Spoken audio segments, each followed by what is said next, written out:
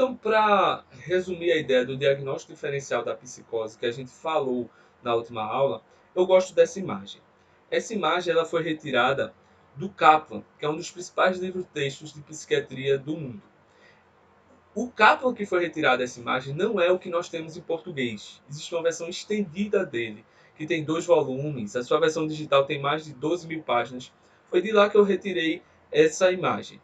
Então a gente teria aqui no meio a ideia da psicose, da grande síndrome psicótica, e a partir daí diagnósticos diferenciais possíveis, como por exemplo o protótipo, o principal deles, a esquizofrenia. A gente teria o transtorno esquizoafetivo, que nós falamos na aula anterior. A gente teria o transtorno bipolar com características com sintomas psicóticos. A gente teria o transtorno depressivo maior com sintomas psicóticos. A gente teria, aqui é interessante, psicose devida a uma condição médica geral, general medical condition, ou a outros transtornos neurodegenerativos. A gente não falou tanto na última aula, mas isso seria um formato de psicose secundária. A psicose que acontece por conta de uma condição médica geral, como por exemplo uma doença autoimune, um lúpus, ou então por conta de um transtorno neurodegenerativo, as demências. Ele teria outro principal tipo de psicose secundária seria o transtorno psicótico induzido por substâncias. A gente também teria o transtorno delirante persistente, o delusional disorder. A gente teria o transtorno psicótico breve. A gente poderia ter até algum outro tipo de transtorno psicótico, que na verdade ele colocou os principais aqui. Mas ele também coloca que nós poderíamos ter aqui o transtorno de personalidade esquizotípico. E aí eu considero, inclusive, que essa informação não está precisa. Se a gente for para os critérios diagnósticos, embora alguns estudiosos entendam o transtorno de personalidade esquizotípica ou mesmo o transtorno de personalidade esquizoide, nós vamos falar deles. Alguns podem entendê-los como dentro do espectro da psicose.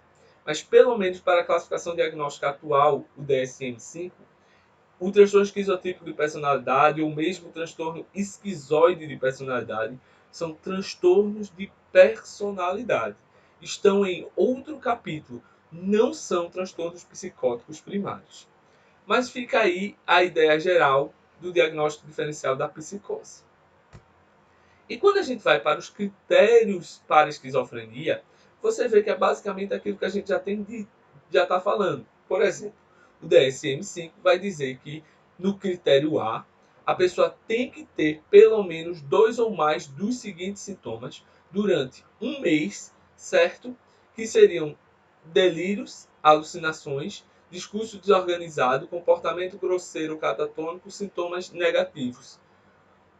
Ou seja, os sintomas basicamente positivos aqui e sintomas negativos.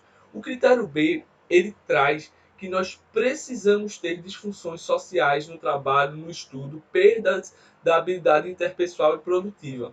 Apesar do DSM caracterizar esse critério A.5, vamos dizer assim, como sintomas negativos da perda da vontade, do empobrecimento afetivo, da falta de palavra, do empobrecimento da logia, do empobrecimento da linguagem, nós podemos entender de uma forma geral que esse critério B também seria uma espécie de sintoma negativo, seria a ideia da perda. A duração dos sintomas tem que ter pelo menos 6 meses, tanto dos critérios A quanto do critério do quadro de perda, do critério B.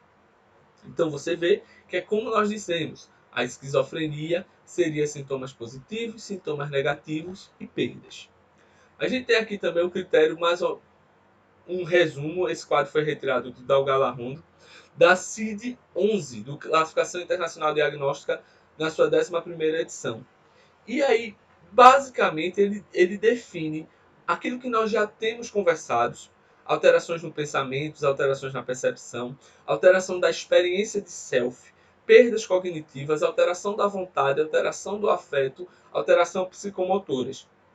Mas ele coloca que os sintomas de delírios e alucinações persistentes, transtornos do formato do pensamento, as experiências de passividade, as experiências de influência, as experiências de estar sendo controlado por alguém, são os sintomas nucleares da esquizofrenia e devem estar presentes por pelo menos um mês.